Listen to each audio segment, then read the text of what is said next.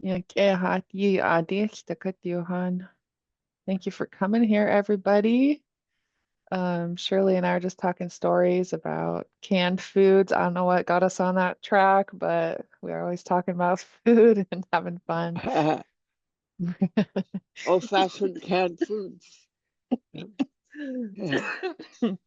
Yeah.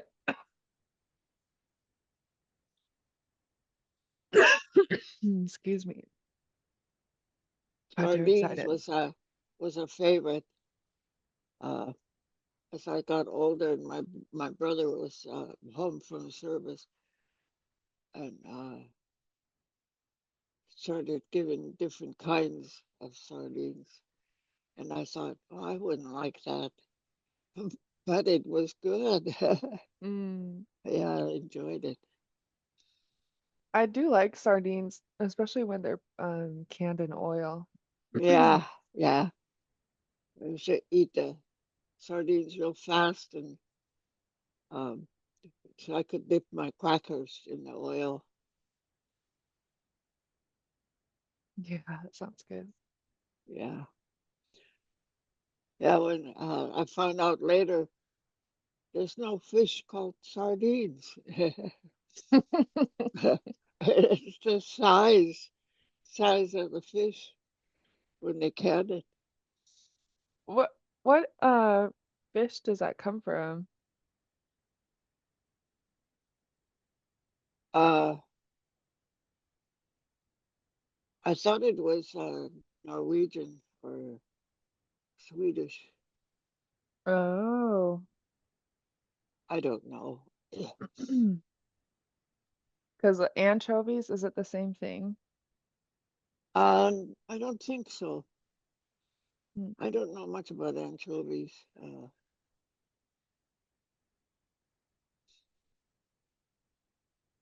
Hmm.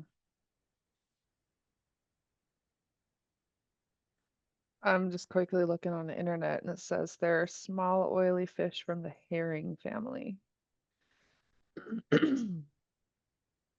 I feel like anchovy. Okay, anchovy is not a sardine. For some reason, when I think anchovies, I'm thinking pizza.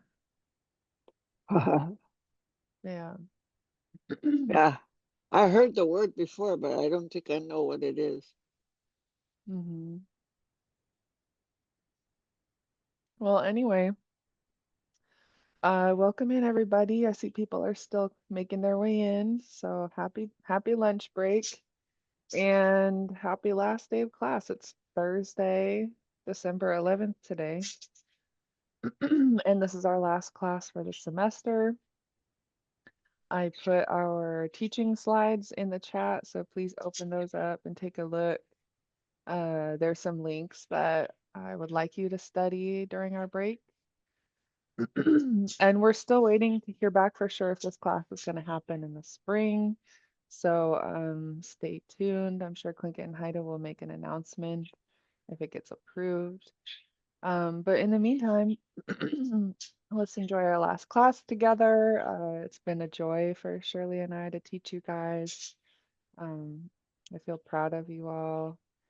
And we wanted today to be kind of a fun day since it's our last class. So we're not going to make you Yeah. perform anything. hmm Now we'd like for you to relax today. Sit back and just enjoy the class. Drink your coffee or your tea. Yeah, No oh, note. You don't need to take any notes. okay. Yeah, so let's do we have two things we want to share. The first is talk it's the story called Mosquito by as told by Robert Zuboff and From Angoon. Mangoon Prestige.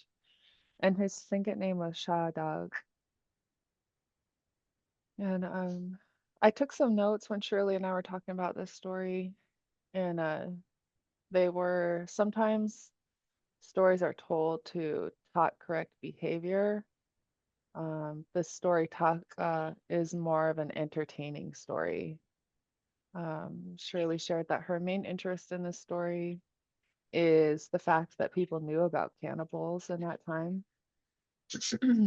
The story tries to explain how some things happened, like the creation of mosquitoes. And then the last note I took was that the ties between Angoon and Teslin are very strong. Shirley mentioned to me, you feel like you're in Angoon when you go to Teslin. But Shirley, did you want to add anything to that? Yeah, the story is different. Uh, they the way it's told is a little different than one I heard, but I really honor Mr. Zuboff. I kind of knew uh, I, I didn't personally know him, but when we used to go to Angoon, um, he was very involved, spoke perfect Lingit, and was very, very knowledgeable about the culture, Lingit culture. So, uh, through the Alaska Native Brotherhood, we used to go to Angoon. Um, he was always very, very involved with uh, what's going on in Angoon. So I really honor him and his storytelling method. And we tried and I we tried to analyze why the story would be told. Uh, it uh, it wasn't about the culture. It wasn't. It was not to teach how to act or anyway. We'll look at it and maybe we could talk about uh, what we think, why the story was told. If you already know it, it might be a little different than than the one he's going to tell. He's going to tell us. So um, just be prepared and relax. Get your coffee, get your tea, whatever, and sit down and we'll hear the story. Are we going to hear it and think it? Yeah, but it's not that long. And do you think I should read it in English first? Yeah. Um, Yeah. I'm wondering if we should hear it first and think it and then in English. Yeah, I think that sounds good.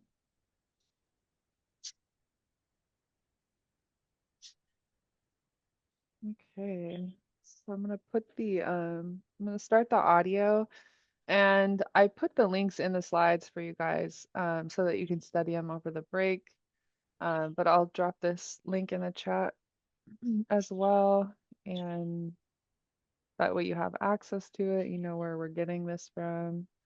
But if you go to clinkitlanguage.com, as I just put in the chat under audio, it's listed here under Hashika, Robert Zuboff, Shadag, and the story is called Tag, which means mosquito. So you can click this link for the text, and I'll pull that up on the screen, and you can hit this play button.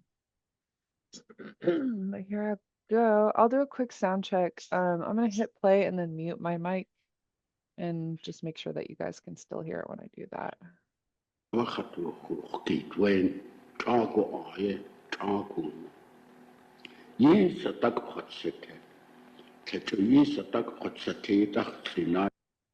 Could you guys all hear that? Okay, good. My little bird is being noisy, so. All right, so I'm gonna start it over and then I'll put the text up and enjoy.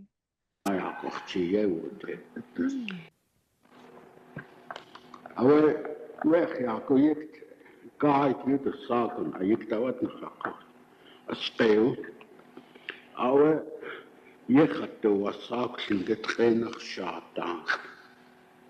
Oude ja, je nog oude gaat door goed wen, trago aje, trago. Je zat ook goed zitten. Je zat ook goed zitten, dacht je, nou ja, wacht je wordt. I had 1906 model. Zoeken nog gemaakt gaan als team. We tegen je zitten we ja ken. Ja hoe je je ook hier zit wat zitten. Kijk, kook zie wat. Je rekt de boot. Hoe je dat nog gekocht je akkoord nog. Ja, zei het koe je dat ze ka. Ach toch eerst ik in vannacht dag ka gewoon niet. Ja, ik zei je. Je dacht ka ja. Als je houdt tegen. Takaya wordt ik. Hakustie als. Ja gaat. Ja ik ga dag. Gekijk. Ja gaat. Ja dacht dat zei ja ja gaat. Konnig ja ik. Kustie dacht ka. Wat ik zei ja oud is ga. Aan het kine. Kusakhan kutsete wega. We atayo atasat genut. Ja is kade haus gaze. Atayo atasat genut. Jo atayo atasat ge ja take a te ja family has to khan ate ja konaken. Kenakati te awatun. Uqajaqi atqa. Tesi kukute ya tu yedate atu kwik iqaqu washe. Tehu so tesi kukut. Si kukut ya kikea. Was chinkata patakhatu question kata kan katu shurke uste yakike chayana skhakhaya to hun khohas qaya qunashin ayata ya shaqaq akha aya usitini qaya tukayo usiku quskhaqon khsatiye chandayana ko kesa da unakhte haniya anak tukadu tiltikhi atyakhaya kushri kaye shusinne كأشخنديانا قد أو كأشاوة خجاوة قصخقان جوا شاوة خج تسكيد أو تسكيد وصلت ترويا كأيوة قصخقان أدخل ستاوية دكو كقويل توده كأوايا دوانده دوهيد أتسا آيته كان خوش كاخيو تسنو وتجانا يه. أجيتا تهدي يدنس وقدوة خقان ويتقى ويانا تو.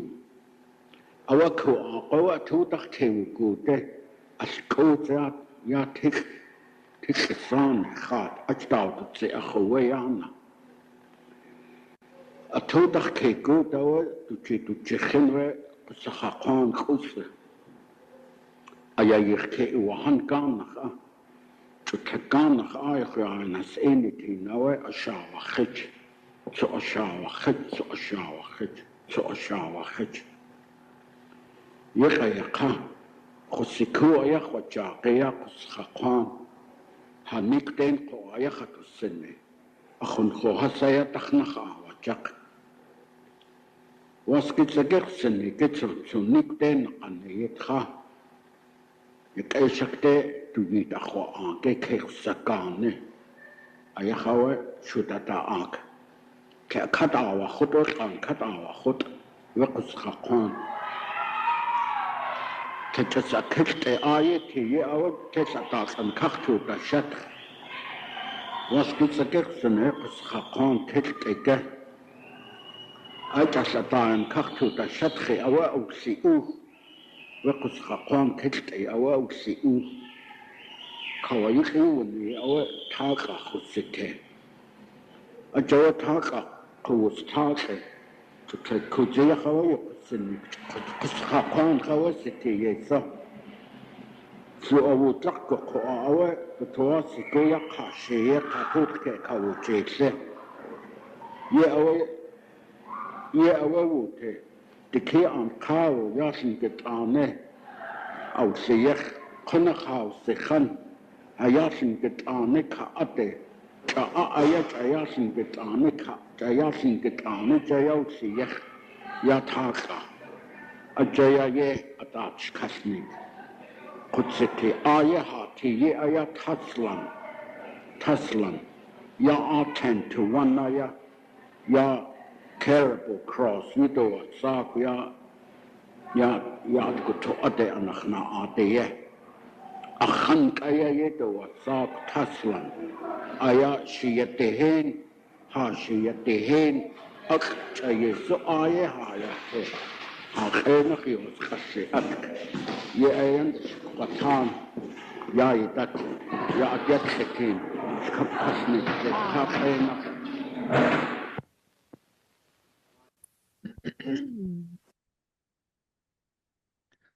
So you guys probably heard some background noise, and I believe this story was recorded in a school, and there were ball games going on. So I think those were the kids he was talking about that he's going to talk to after.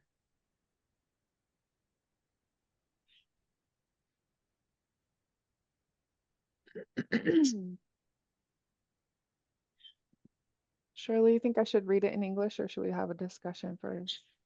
Yeah, I don't think we can have a discussion without hearing the English. Okay. So in English, the story goes, Mosquito, told by Robert Zuboff. It was in this boat of mine. It was called Guide. I would travel around in it, sailing. Well, my name in Tlingit is Shah Daud. It was because of my name Guy Twain called me over. The one of long ago. He died long ago. I was a young man. From the time I was a young man, I had a seine boat. I had a 1906 model from when they first came out.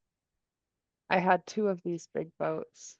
The last one I gave to my son, but he wrecked it. He wrecked the boat, the same one I used to go around in. Then, knowing what my name was, Dwayne said to me, I would like very much to explain to you this name of yours. We were living in the interior. Our life there was so hard. The salmon from the ocean, they would come up for us to eat the salmon.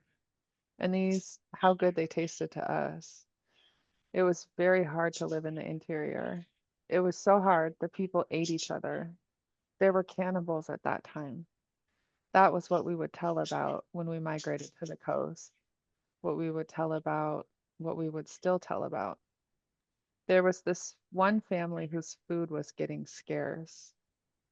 Then one of them went hunting for something he could kill.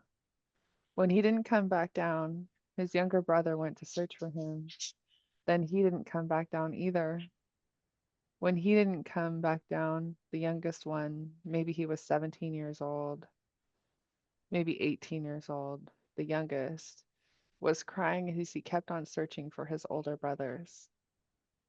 Inland between the mountains, when he reached there, he saw it was the man. He immediately knew it was a cannibal. It was coming toward him. He couldn't run from it. He was like a frozen thing. It was fear that did this to him. When it came near him, it struck him on the head. The cannibal struck him on the head. He fell there. How good the cannibal felt. It picked him up from there, that young man, and put him into a sack. Then it packed him on his back to its territory, to where its house was standing. Outside, out by the entrance, it removed its pack. The cannibal went inside its home, but the young man was inside the pack. He was trying to get out of it.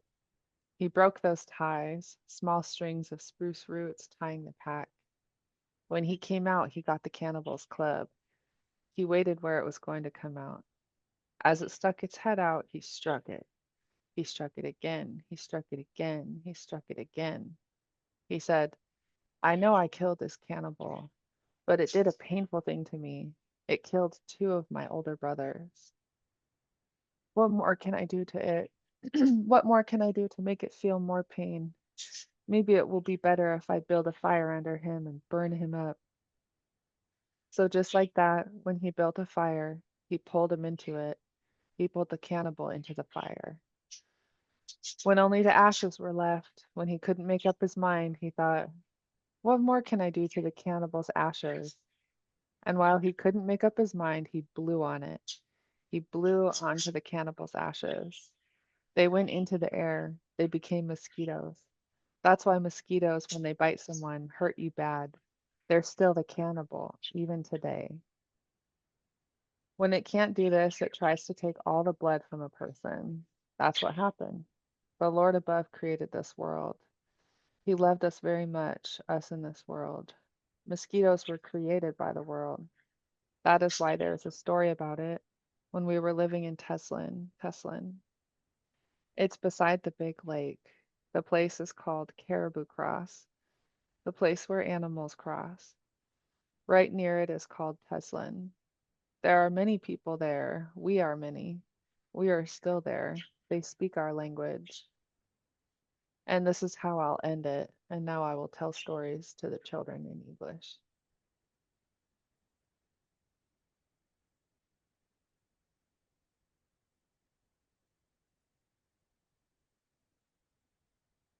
Have you guys heard this one before? Yeah. How many know the story before this?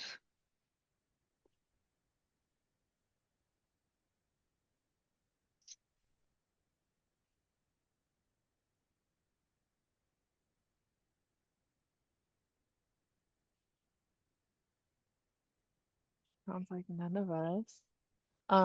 Any thoughts or comments or questions right off the bat?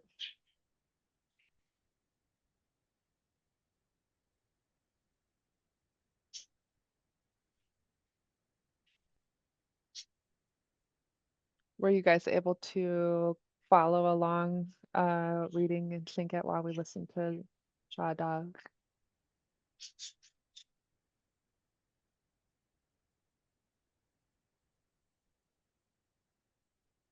Or have they ever heard the story before?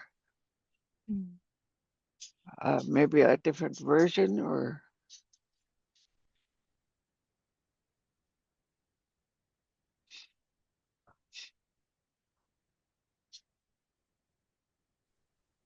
Yeah, I've heard the story a few times. This is Sansa Yaish, and I wondered if this was like a parable, like if it was supposed to teach a lesson. I know it kind of comes off as like an origin story of like where mosquitoes came from, but I'm wondering if there was any kind of moral lesson or something about maybe respect or something like that.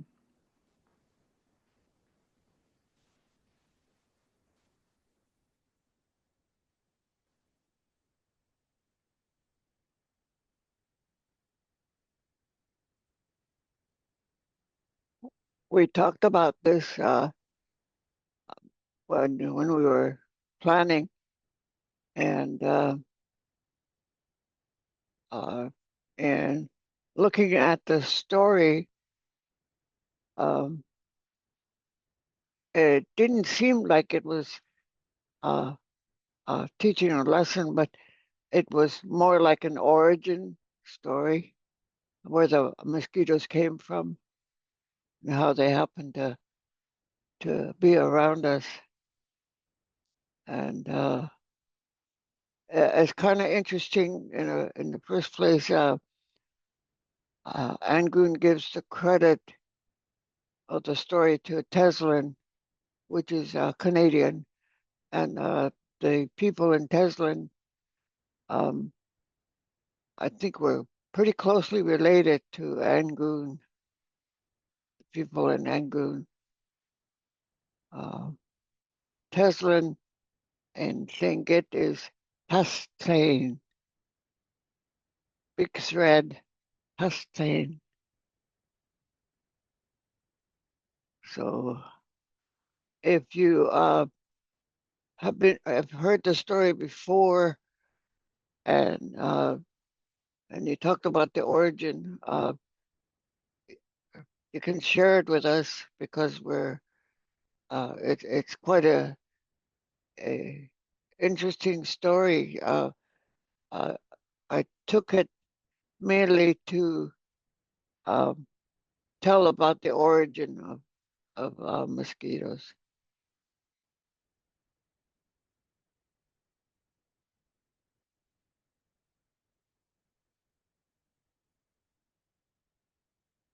Like to know how many of you have heard the story before. I I haven't heard it before, but I wanted to share a thought that I had um about the story, and it's a theory, it's a thought that I had really. It's nothing. I'm not saying this is what it means or what it doesn't mean, but what came to my mind was, well, there was this threat, the cannibal eating people, and he already got two of the brothers of the young man. And then the young man went out and he did something against the threat. So he killed the cannibal, and that would have ended it. But he thought, I need to hurt him more. I need to do more against him, even though he was already gone. He was dead. He had already accomplished what he wanted to accomplish. And then by doing more, he created the mosquitoes. And in that way, somehow undid what he had done before because the cannibal lives on. So he's in the mosquitoes and he's still eating people until this day.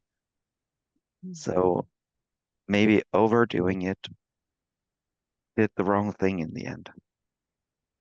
That was the thought I had, but open to discussion, of course.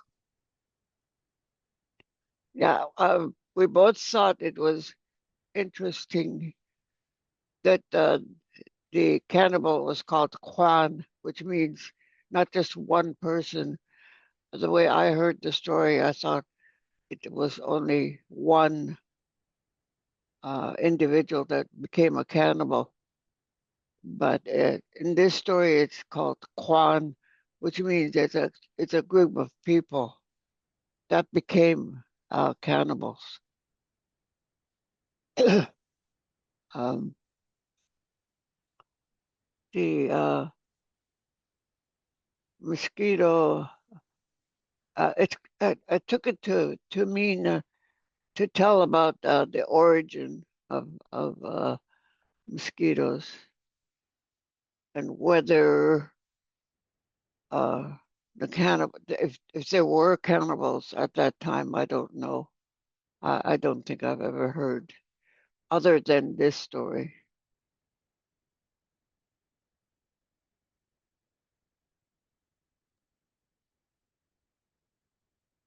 Did anybody else hear this story before?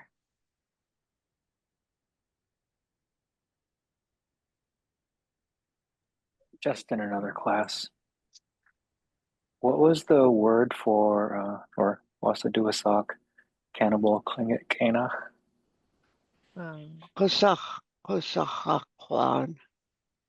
Kusahak Kwan. Yeah. Yeah, the Kusahak Kwan Kwan. is something that I never thought about before, that there were people that turned into uh, to cannibals.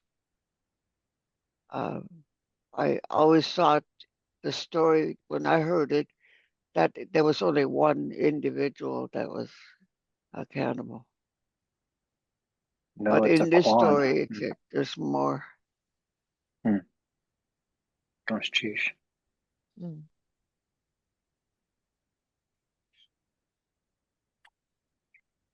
We have cannibal stories. I hadn't heard this before, except in a simplified version that Kone made. for us to study when I was taking Lingit from him. Um, but it did make me curious, like, what are my family stories about cannibals? And I opened up a book by a traditional Athabascan storyteller, Catherine Abla, and there's a cannibal story in there that I read that was really gruesome, but and it's pretty different from this one. But I thought it was interesting that we have cannibal stories too.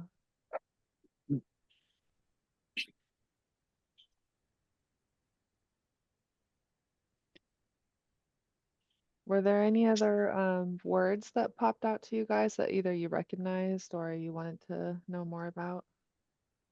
Yeah. Do you have any questions? I had one that I noticed, and when I noticed it, I remembered that I had heard about it before. Um, on the first page, it Mhm. says for I am called, he's saying Yechat Tuasaku. And sometimes we also hear Yuchat Tuasaku.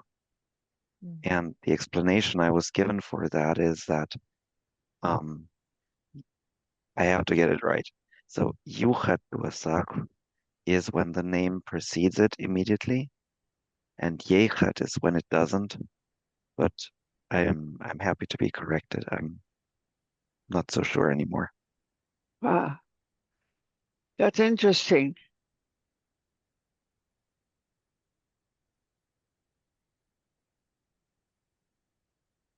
So how does that change it? Change that? Yechat Tuasaku.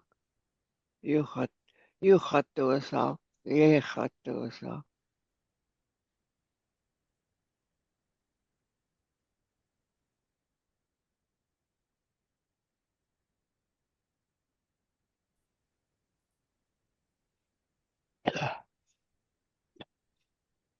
Yeah, he says, "Ye khatu asak ligitina shada."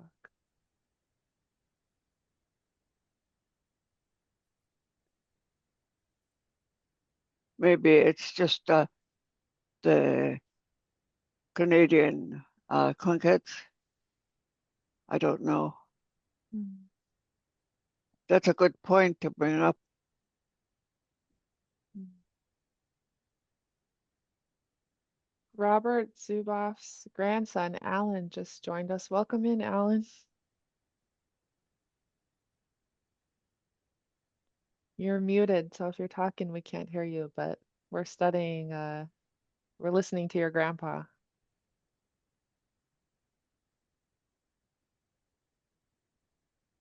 So this is Tahlia. So I had a question. So the story started out um, kind of talking about how this was. I mean, somebody is talking to him, telling him about the origin of his name. Mm. So, it's unclear about how it all, like how that flowed into the story about the cannibals. Hey, shoot, I can't, how the heck? Hi, we can hear you, Alan. So you can hear me? Yeah, we can hear you now. Okay, the story of, uh, it's a separate story, the one where he says his trinket name, Shayatak, Ya Shayatak, how Kohi, that's the top of the mountain. Oh. He's talking about the top of the mountain. There's times when he was telling trinket stories, he'll go off to the side and start something and then come back to the original story. Uh, He was pretty old at that time. He was what, 70, 76 or something like that. oh, wow.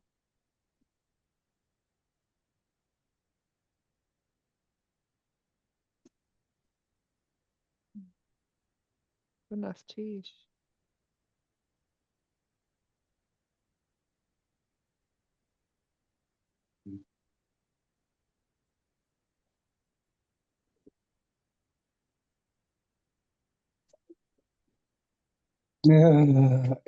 It's 14 degrees here, boy. It's chilly.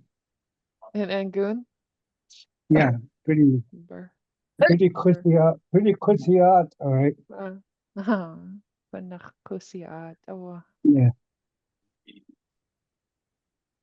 We had to babysit the wood stove all night. um, yeah, I don't want that to go out. Heck, no, not this time. But it's Mm. getting cloudy, so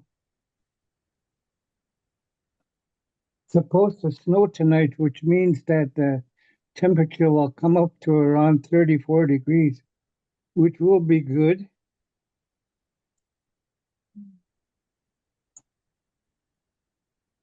Alan, are you still doing a language class on Monday evenings? Yeah. It's not my Lingit Class. That's what the heck's his name? Mahan. Uh,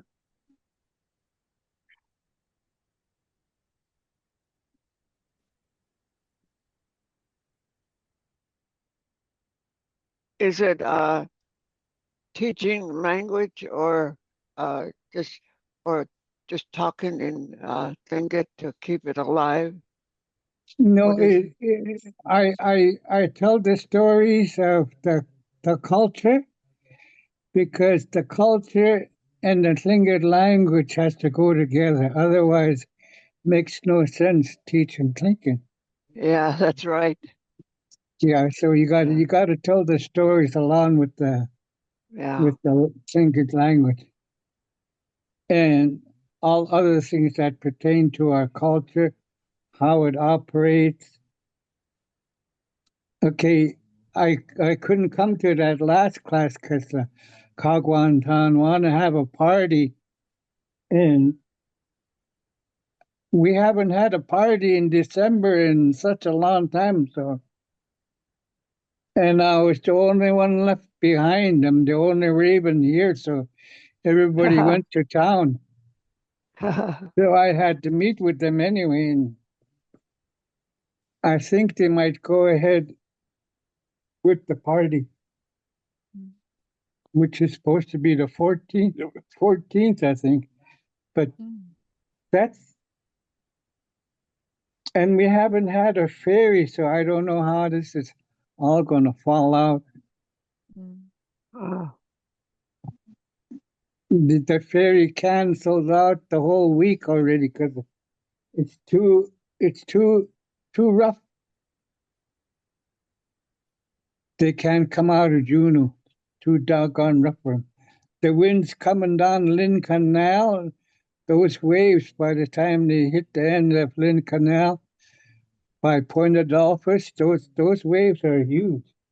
yeah, I've seen that, Yeah, so and I've been in it too. I know one Yeah, time we were in it and yeah, everybody got sick. yeah. Yeah, Because we used to come down from Huna to Angoon oh to, yeah. for parties and stuff. I know none of that happens. No, there's no sailboats running around to basketball tournaments, sailboats running for parties.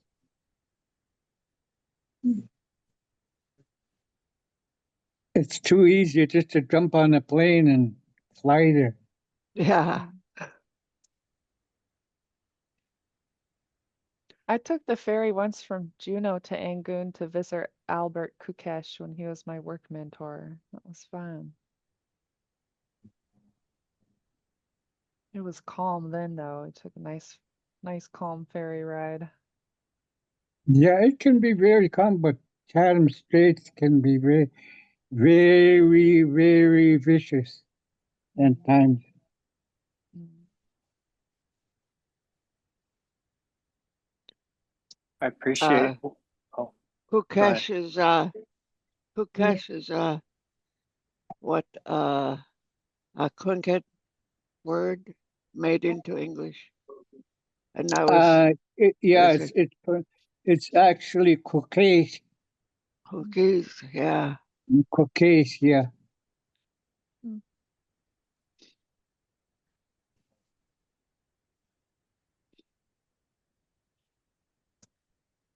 I think that's prettier. Yeah. Tlingit Yeah, cookies. yeah. It's pretty. Uh,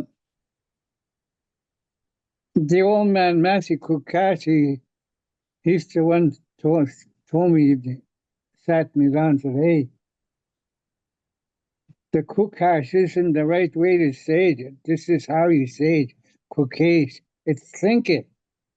Huh. Yeah, yeah, it's a Tlingit word. Yeah. Huh. What does it mean? We tried finding out for a Uh-huh. long time. We still don't know who and what it means. Huh. But Well, it's the uh, closest thing we can think about is that it has something to do with the dog salmon, because uh, Kukash is our dog salmon. Oh. Mm. Ish isn't Ish father of Yeah, yeah.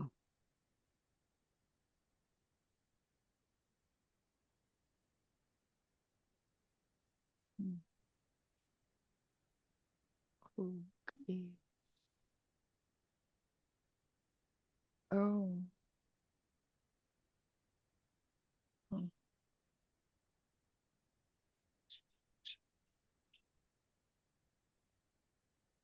Are there any other comments or questions about the story? We decided that it was we should consider it an origin story, the origin of mosquitoes.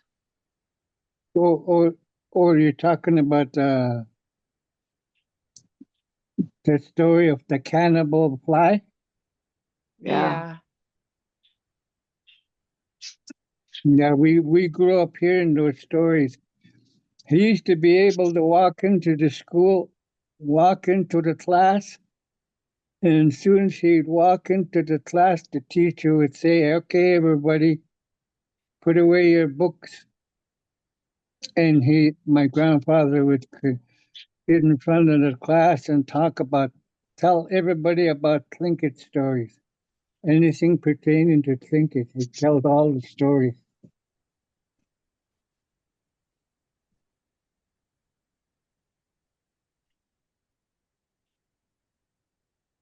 Yeah, it's Mm. wonderful. The stories, some of the stories that we have can be told to uh, how to be a Tlingit or uh, what not to do, what not to say, um, the origin of certain things. So it's the stories have a lot of purposes to for teaching method that was used to work with the young people. Mm. So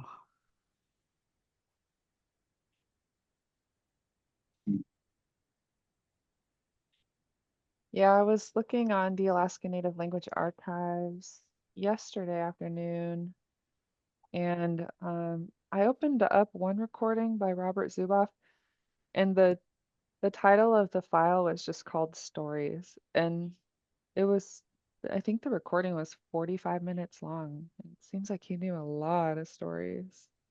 He had he had tons of stories. He had I think four cannery. I, I gotta say this another because you guys didn't grow up around the cannery era and the size of the boxes. So I gotta use Fred Meyer box.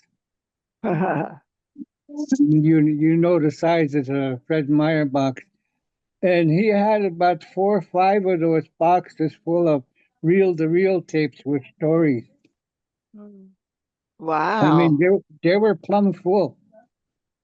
And every time you went by his house, if you were going to the store, you had to pass his house. He was either listening to a story or a reel to reel, real loud so you can hear it from outside because he was hard of hearing. Mm. And then you could go walk in, you didn't have to knock, you walked in and he'd sit you down and he'd ask you what you want. And the wife would ask if you want tea, and he'd proceed to tell you about the stories Mm. or anything about the Tlingit culture. Mm. That's wonderful. Yeah, Yes, you really had no wonderful. yeah, you had no say on what he was going to tell you. He was going to tell you, Yeah. Mm. and he used to sit over here on the corner. There used to be a big porch there. It's called Jim Paul. He'd sit there, and pretty soon there'd be a bunch of kids by him, sitting around him or sitting on the ground, sitting there on the ground. He'd be telling them stories, or he'd be just talking about the culture, what to do, like you said, what to do, what to say, what not to say, and one of his important ones that he always started with is that you never say I. I did this, I did that. It's always we. We did this, we did that.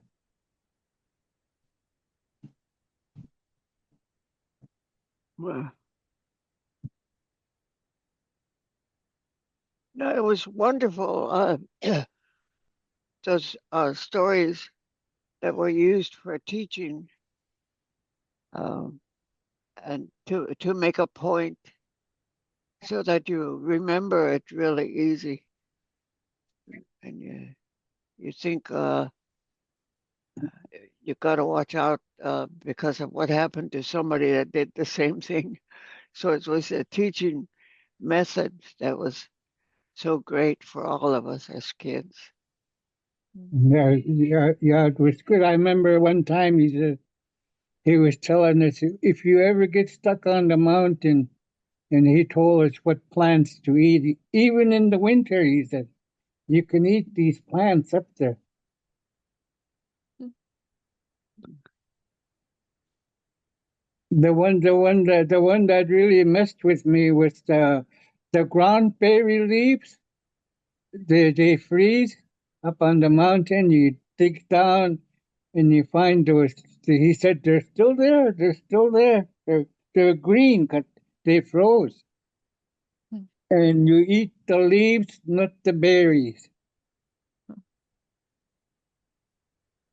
Oh, He said it will fill you up.